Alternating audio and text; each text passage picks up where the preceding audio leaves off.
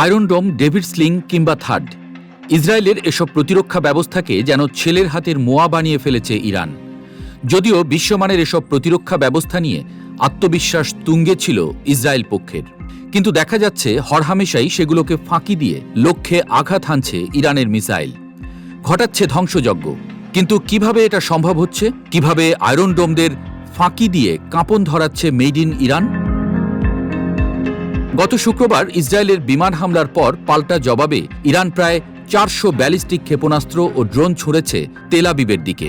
Israel দাবি করছে সেগুলোর অধিকাংশই প্রতিহত করা গেছে, কিন্তু ইসরায়েলের অভ্যন্তরের ক্ষয়ক্ষতির চিত্র সেটার বিপরীতে সাক্ষ্য দিচ্ছে। যেন স্পষ্ট দেখা যাচ্ছে কিছু মিসাইল ভেদ করেছে বিশ্বের সবচেয়ে শক্তিশালী ও বহুল প্রচারিত প্রতিরক্ষা ব্যবস্থা, যেমন আয়রন ডোম, ডেভিড স্লিং কিংবা থার্ড।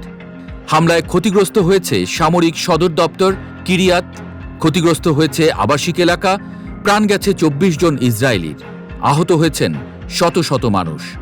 পাল্টা ধ্বংসযজ্ঞে কেঁপে উঠেছে তেল আবিব, হাইফা, নেজারেট। বিশ্লেষকরা বলছেন ইরান এমন সব কৌশল অবলম্বন করছে যার কাছে মার খেয়ে যাচ্ছে আয়রন ডোমদের বাহাদুরি। বিশ্লেষকদের মতে আসলে আয়রন ডোম, বারাক 8, অ্যারো 3 এসব এক একটি প্রতিরক্ষা ব্যবস্থা এক একটি স্তম্ভ। আয়রন ডোম নিচু উচ্চতায় ধেয়ে আসা রকেটকে শনাক্ত এবং ধ্বংসে সক্ষম। ডেভিড স্লিং মোকাবেলা করে মধ্যম পাল্লার হুমকি, আর অ্যারো সিরিজ ঠেকাতে পারে উচ্চ গতির দূরপাল্লার ব্যালিস্টিক ক্ষেপণাস্ত্র। কিন্তু সমস্যাটা তখনই শুরু হয় যখন একসঙ্গে আকাশে উড়তে থাকে কয়েকশো মিসাইল ও ড্রোন।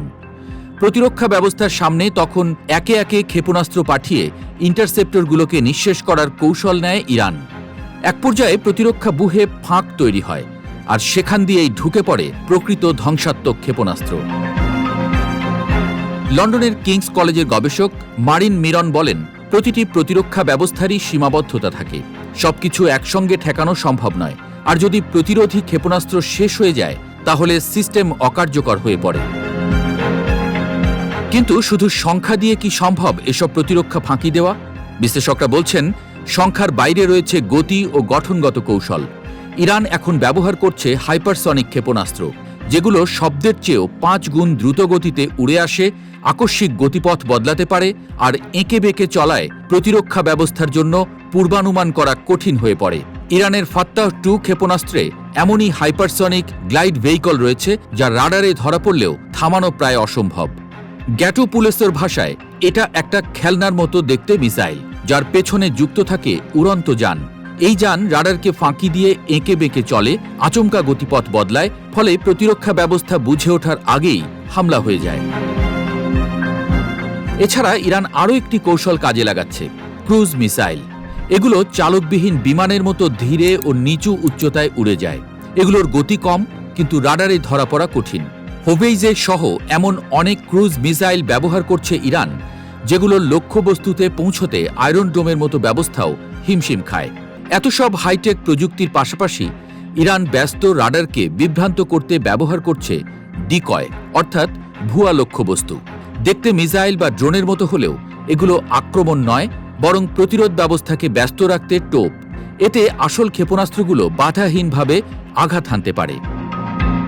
গবেষক মিরনের মতে রাডার এগুলো হুমকি হিসেবে চিহ্নিত করে, আর প্রতিরক্ষা ব্যবস্থা প্রতিক্রিয়া জানায়।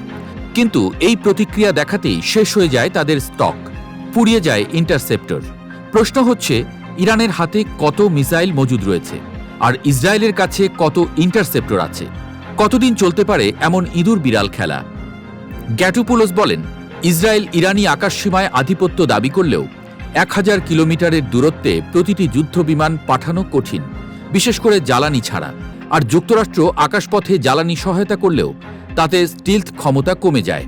অন্যদিকে ইরানও চিরকাল ক্ষেপণাস্ত্র ছুঁড়তে পারবে না, কিন্তু যতদিন পারছে ততদিন ধরে তারা আয়রন ডোমকে উপহাসের বস্তু বানিয়ে বারবার প্রমাণ করে দিচ্ছে দুনিয়ার সবচেয়ে উন্নত প্রতিরক্ষাও ধোঁকা খেতে পারে যদি প্রতিপক্ষ কৌশলী হয়।